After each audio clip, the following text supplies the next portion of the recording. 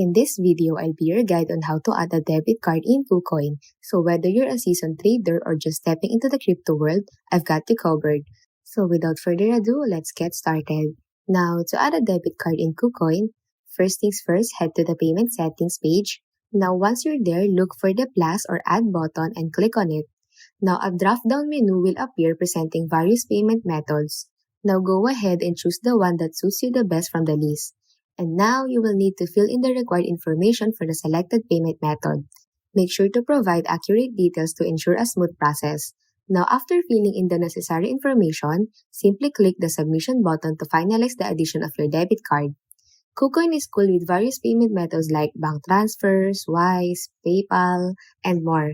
Plus, you've got the flexibility to add up to 10 payment methods, giving you the freedom to choose what suits your style. And here's a little pro tip. To keep your assets safe and sound, make sure to add a payment method under your own name. This little precautionary step adds an extra layer of security, ensuring your transactions stay protected within the KuCoin platform.